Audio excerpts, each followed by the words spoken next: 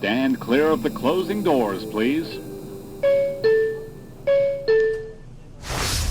Welcome aboard, everyone, to another episode of the Democracy Exchange with The Depot. I'm your host, Connor Hand, and today we have a very special guest with us, Ben Marrison. Mr. Marrison was an alum from the class of 1985 here at BGSU. After graduating, he was a reporter with the Toledo Blade, the Cleveland Plain Dealer, and later served as the editor to the Columbus Dispatch for 15 years. Following his job as editor, he went on Dave Yost's staff as the Director of Communications and later as Chief of Staff to Dave Yost in his current position as the Ohio Attorney General. So thank you very much, Mr. Marrison, for being on the show with us. Thanks for having me. Our first question today, we'd like to know a little bit more about you. What inspired you to pursue a career in journalism?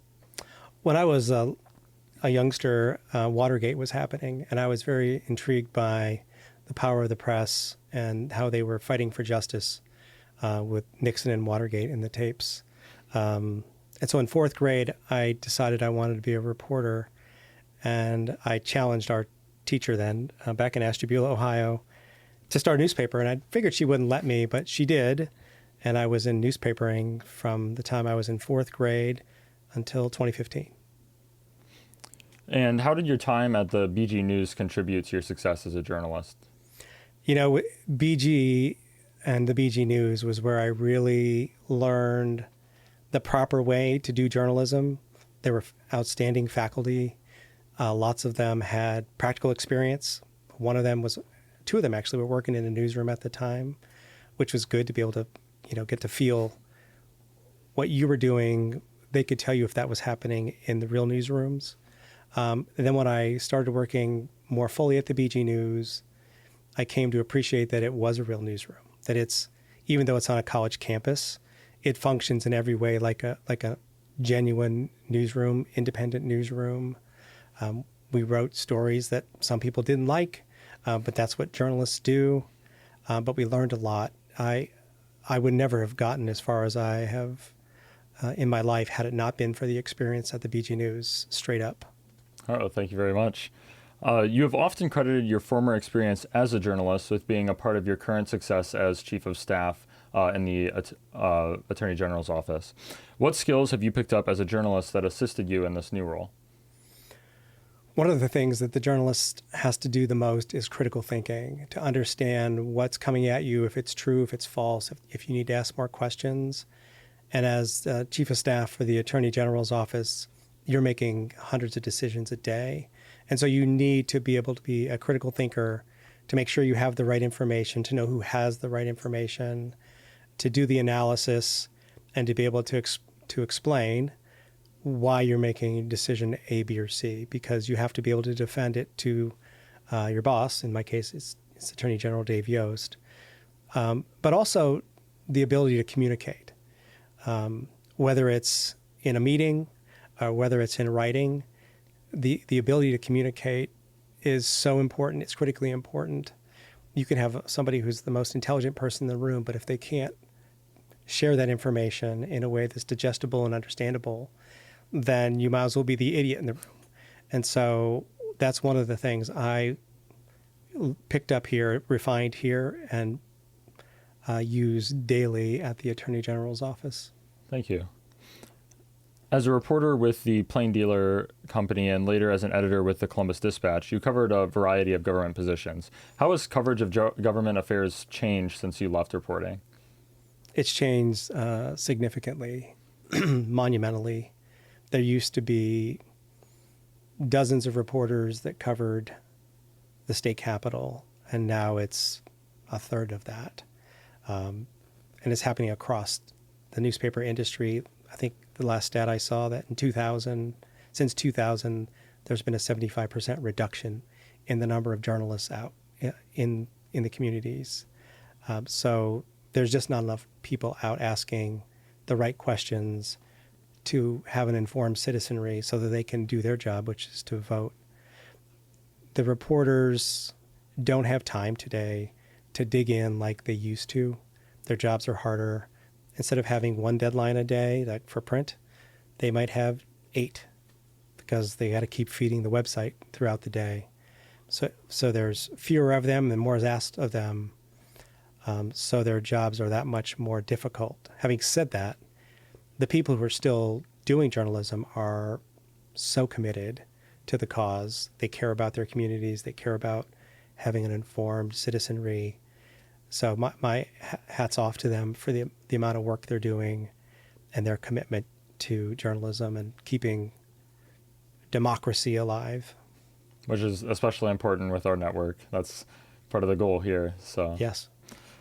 Social media has fundamentally changed the way we receive news. As you just mentioned, stories are typically updated a lot faster now than they used to be.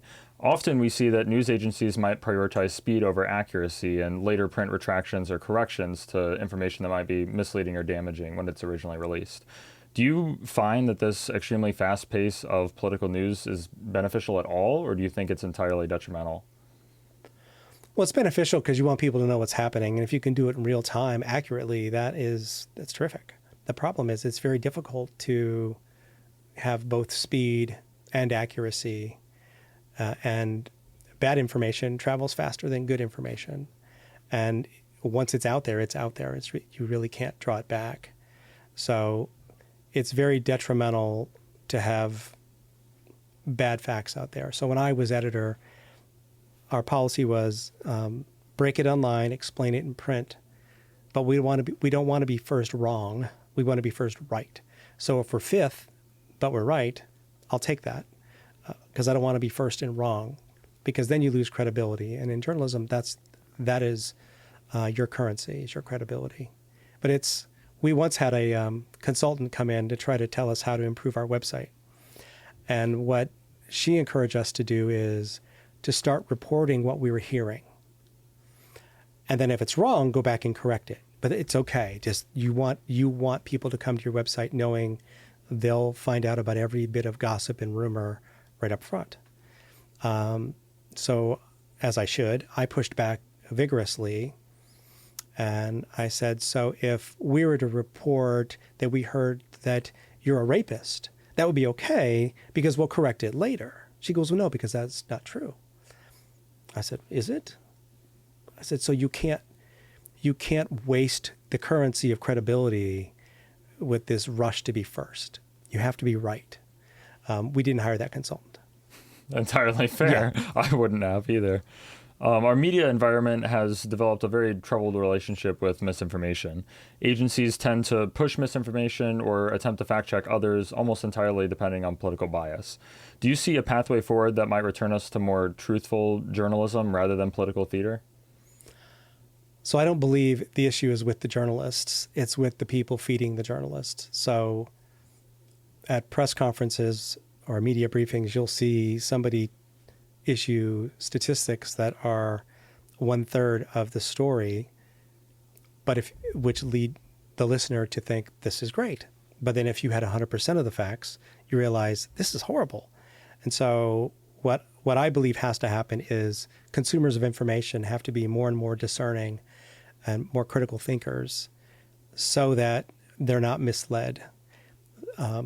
You can't just look at one website or listen to one news station or read one newspaper and expect to be fully informed. You have to go to multiple websites, multiple sources of information that aren't all from the same tribe.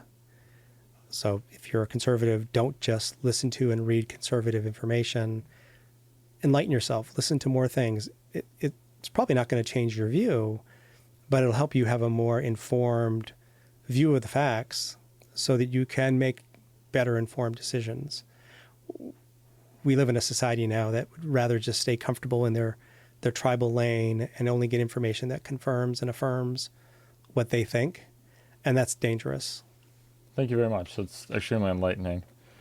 Many scholars have likened the media to a fourth branch of government, one that balances out the other branches and often checks typically elected officials. Do you believe this to be true, and could you explain your reasoning why or why not? I believe it had been true. It's struggling to stay true today. There's just so few reporters out there holding those accountable in power.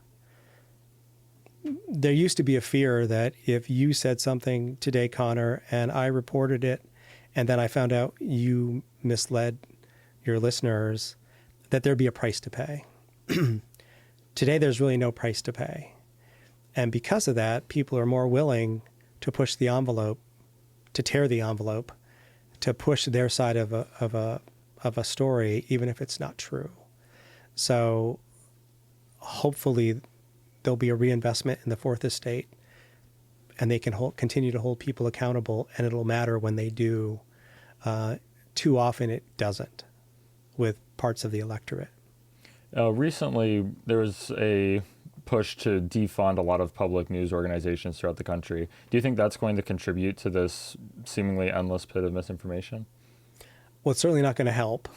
Hopefully, the people who support those organizations by listening also support them by contributing so they can stay alive. They're a very a feisty group. They're fighters, and I'm optimistic that they'll figure out a way to come up with funding.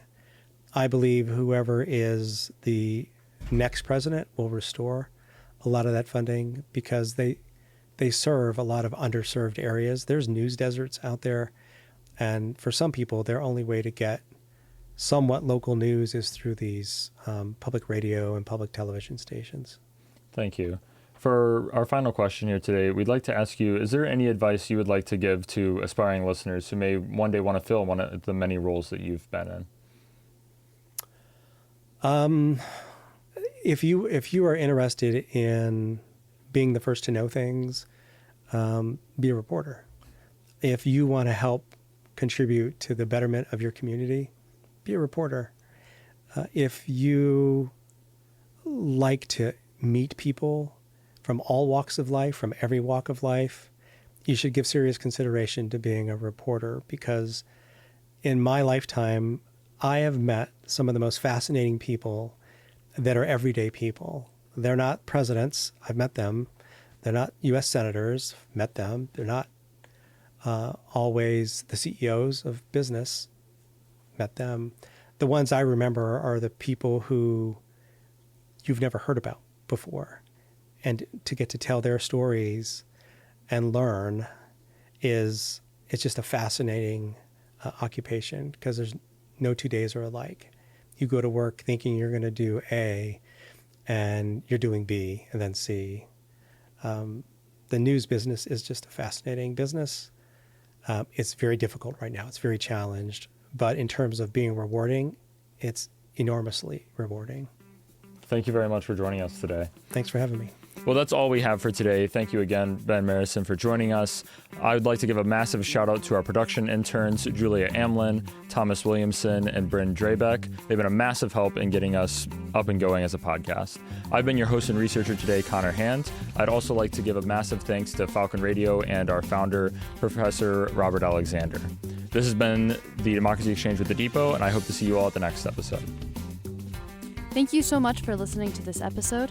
I hope all of you enjoyed it. If you're interested in finding the video version of this podcast, you can find us on our YouTube page at BGSU Depot. If you'd like to keep up with what we're doing, make sure to follow our Instagram, Twitter, and TikTok at BGSU_Depot. Thank you so much, and tune in next time.